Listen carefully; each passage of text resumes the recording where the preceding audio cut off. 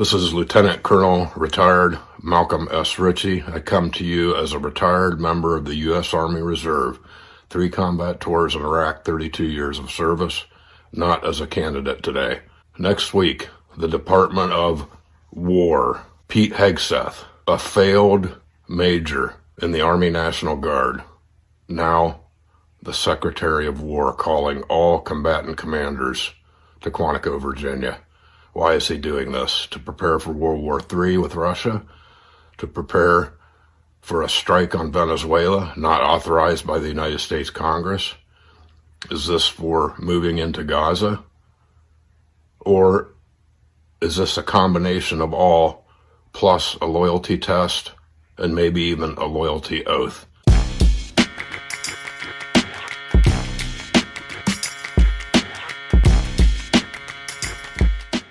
What's up, YouTube? Drill Sergeant here. And you just heard from Lieutenant Colonel retired Malcolm Ritchie. He just so happens to be running for Congress in Ohio's 6th district. So if you live there, you might want to think about voting for him and looking him up, because the person he's running against is a vile sycophant of the orange Mussolini. And I don't call him that lightly. I never have. It seems funny, but it's not. Because today's story is that he's sending troops he sent, supposedly, already this morning into Portland, into a United States state. And this is not the National Guard. Don't get it twisted. You see, blue states decided that they're not going to play along with this fascist authoritarian play. And there's not enough National Guard in other states to just send everywhere. So he just said, forget the Constitution. I'm going to send actual Army, Marines, whatever it may be, into these United States. Why did I tie that to what Lieutenant Colonel retired Malcolm Ritchie had to say? Well, let me let you watch his entire statement, and then we'll discuss afterwards, YouTube, about this dangerous un-American moment. This is Lieutenant Colonel retired Malcolm S. Ritchie. I come to you as a retired member of the U.S. Army Reserve, 3 combat tours in Iraq, 32 years of service, not as a candidate today. Next week, the Department of War, Pete Hegseth, a failed major in the Army National Guard, now the Secretary of War, calling all combatant commanders to Quantico, Virginia. Why is he doing this? To prepare for World War III with Russia? To prepare for a strike on Venezuela, not authorized by the United States Congress? Is this for moving into Gaza? Or is this a combination of all, plus a loyalty test, and maybe even a loyalty oath to the president, which is not included in the officer's oath? We swear our oath to the United States Constitution, and I will never, ever swear my allegiance to any one person, not even the President of the United States. Our oath of office is to serve the Constitution, which this regime has violated every which way you go. We are going to politically resist this regime and everything that the President, the Secretary of War, and the Vice President is trying to push across, that everyone that does not support this regime is to be considered terrorists. And as we watch unfolding on the streets of America, ICE agents and people that are posing to be ICE agents assaulting immigrants and American citizens alike without any provocation, slamming American citizens to the ground, pummeling innocent women, terrifying innocent children, all in the name of what? Fascism. So don't tell us that we are the terrorists. The terrorists are you, the Trump administration. Correct. Right there at the end. Right there at the end. It has to be speculation because they're not giving the facts. There's no transparency. That in itself is a problem we all should have because of just what he said. Even not knowing is a danger. But more importantly, I want to actually show you, let you see for yourself what 2 cans of spray tan Sam, the cankled one, said himself, his own words. so you can see the danger. Here's what Donald Trump posted this morning again while he's out in Long Island enjoying a golf match on the taxpayer dime. He writes, at the request of Secretary of Homeland Security Kristi Noem, I'm directing the Secretary of War, Pete Hegseth, to provide all necessary troops to protect war-ravaged Portland and any of our ICE facilities under siege from attack by Antifa and other domestic terrorists. I am also authorizing full force if necessary. Thank you for your attention to this matter. So he uses that boogeyman Antifa in order to say we are sending, which he's now referring, the Department of War to do a military invasion of an American city. Now, and there you have it, YouTube. May I add context for you, please? Let's start with Antifa. Just the word itself. When he deemed Antifa a terrorist organization, knowing that there's no such organization. It's not organized. It's not an organization. It's not an institution. There's no leadership. There's no there. Antifa means anti-fascist. So if you're anti-fascist, if you don't like fascism, you are now a part of a terrorist organization. So how convenient of him to put that in his quote on Lie Central. You see, because it's unconstitutional to send the military in to any state to act as police unless there's terrorism or we're at war, in which if it's terrorism, we're still at a war against terror. Forgot about that. Now, I need you to understand, it is unconstitutional what he's doing. Number one, Antifa is not an organization, so it's not a terrorist organization. It's neither. It's an idea. It's an idea. So now that we've got the context of this unconstitutional act, why it was planned ahead of time by making Antifa a terrorist organization, here's the second context. What does full force mean? YouTube? What does full force? I authorize full force. What does that mean? What is the full force of the military? Are you going around shooting people? Are you allowed to just shoot people who are protesting the First Amendment of the Constitution, which is already ripped to shreds? In case you haven't noticed, we're pretending like it's still there because that's the only thing we can do. We have to act like it's still around. And direct ourselves and our actions accordingly. We do not obey in advance, so we act like it's there, but you know it's already ravaged. What does full force mean? Because if our new Department of Defense, and it's not the Department of War until they're allowed to use full force, you see, because they can't defend and wage war on Americans at the same time. But let's see what Hegseth has to say. Let's see how far you're willing to go with those words, full force.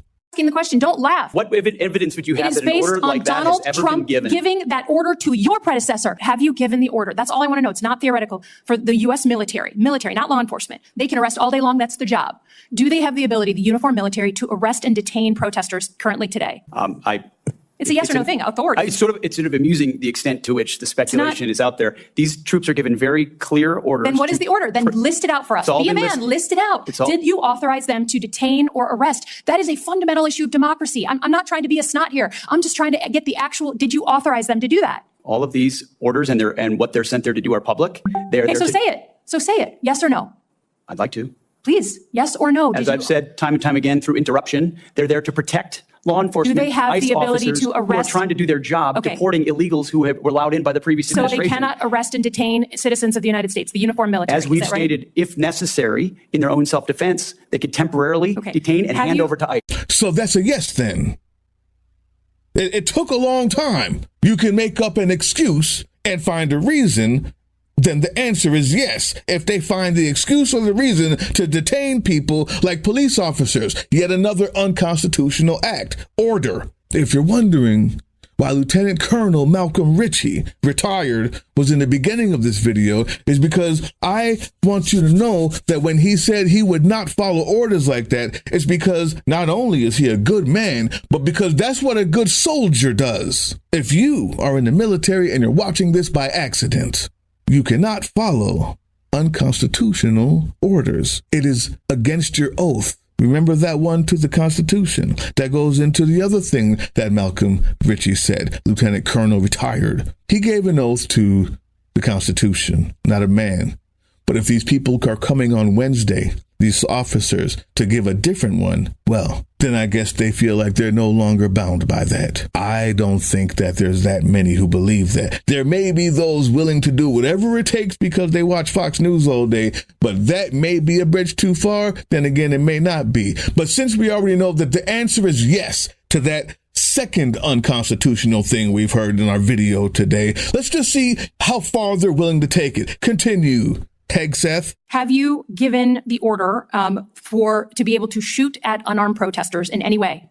I'm just asking the question. Don't laugh. Like the whole country. And by the way, my colleagues across the aisle. What is that based on? What evidence would you have that an order like that has ever been given? Giving that order to your predecessor, to a Republican Secretary of Defense, who I give a lot of credit to because he didn't accept the order. He had more guts and balls than you because he said, I'm not going to send in the uniformed military to do something that I know in my gut isn't right. He was asked to shoot at their legs. He wrote that in his book. That's not hearsay. So your poo-pooing of this, it just shows you don't understand who we are as a country. Have you given the order? Have you given the order that they can use lethal force against honor? I want the answer to be no. Please tell me it's no. Have you given the order?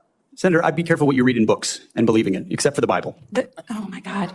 And there, once again, you have it, YouTube. Context, there is no answer. Unable to answer the question, will you shoot Americans dead? You see, the Department of Defense is its legal name. To call it otherwise is illegal in and of itself. Only the Congress gets to change the name, but you change it because defense implies that you're here to defend us. War is more accurate. You're here to wage war on this country. MAGA, I'm not sure what sensibilities you have left, but if you hear the logic in what I'm saying, you too may find that it's not too late to do what it is you've always said you wanted to do with all of those weapons that were given to you with such a giant amendment that you only cared about. You will allow this, or you can choose not to. The one thing I do know is that the Democrats, the fighters, the people out there on the streets, they're not scared. They're still there. They're not scared. And that brings us to the last point. Not only are you required, if you're in the military, not to follow unconstitutional orders, and we've just named 3, one of them to be determined later, per Pete Hegseth, who wouldn't answer the question. The last thing is, will you comply, citizens? When Donald Trump said that is war ravaged, this is what he meant.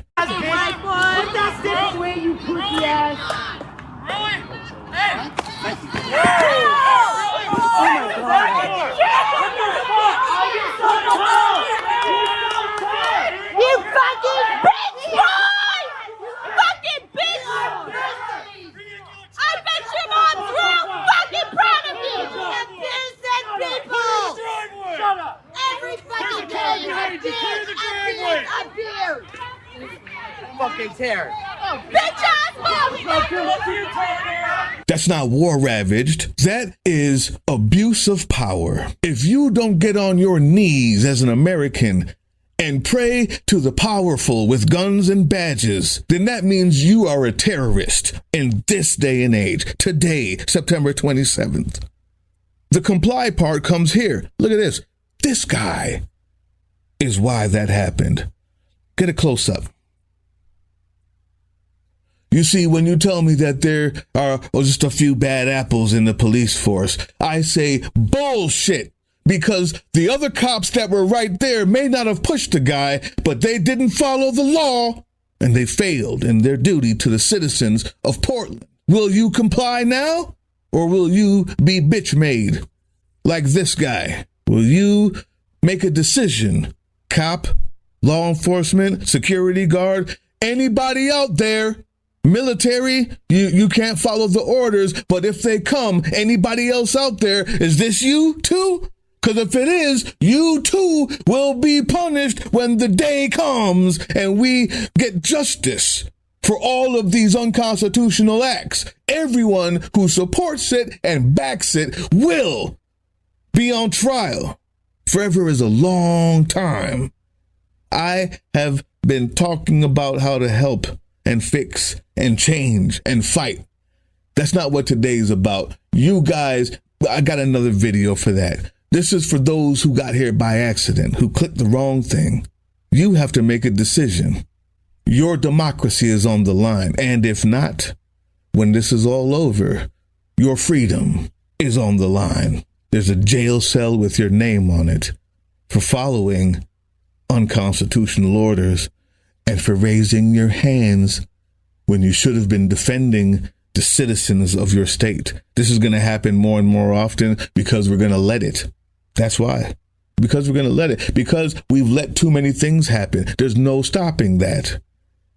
The only thing left to stop it is 300 million people. Because another reason why they're bringing everybody home, why they're bringing in all the best, is because they don't have the numbers. 300 million people in a country makes it impossible to control without their consent. I will not comply. I will not consent. You won't either. It takes bravery, takes courage. It's that or nothing. If you're waiting on the next election, if you're waiting to elect Malcolm Ritchie, then I expect that you also are waiting to confront the soldiers that you've already let into your city when you go to vote. One doesn't happen without the other. You fight now so you can vote then. That's how it works. If you don't see that now, I hope I've explained it in full context. I got one last thing to say. When this orange buffoon throwing his shit on the walls like it's ketchup and burgers says that the war ravaged Portland, and I showed you what he meant by that, it's just peaceful protest. If even that, there's nothing happening in Portland. War ravaged is this, sent to us by our correspondents in Ukraine. And this, and this, and this. This is on the ground. There. That's war ravaged. If you're going to be worried about what's war ravaged, we should be sending more money, sending more help, and denouncing Putin, the person who caused the destruction that you're looking at. Portland's not war ravaged. Ukraine is. Let's get on it, cankles. You know what's war ravaged? Gaza. Does it look the same to you, YouTube? Allies? Citizens? Does it look the same to you? Ukraine is war ravaged. Gaza is war ravaged. Portland is a fucking city with a really nice weather until it rains. That's it. That's it. Great grass. The trees are changing colors. And people who are free are standing up because they can in this country. And the only way that that stops is if you let them stop it. Because if you stand up, there's not one state in this country that we have a military big enough to defend against. That's a fact. I don't care who you send, cankles. Tomorrow we fight. Hey, yeah, you. Before you click away to watch someone unbox a tactical toothbrush, let's talk about something real. Political Drain isn't just another content mill. We're a digital front in a very real war. Not with bullets, but with ideas, with action, and with solidarity. We pair urgent news with critical education. And we build community around actual resistance, not the hashtag kind. The kind that moves. But here's the thing. None of this is free. It isn't. Behind every video is time, labor, research, and some weird guy asking if we're going to pay the hosting bill. And yeah, some of that money goes to things we can't necessarily say out loud. If you know, you know. Let's just say our special ops aren't Call of Duty LARPers. They're people making real moves to protect, uplift, and organize. You're not just funding a channel. You're funding a resistance network in a world where capital still calls the shots. Unfortunately, in a system built on artificial scarcity, even mutual aid has a price tag. And if we want to grow, if we want to win, we need your help. We need your help. So if you've got even a few bucks to spare, toss it our way. It's not for ads, it's not for merch drops, but for people making moves in the shadows so others can do it in the light. It's just us and you. So fund the mission, fund the fight, fund the future, because nobody's coming to save us. We save each other. That's how this works. Follow us on all these things you see here, and our link tree is in the description. Maybe even get some merch.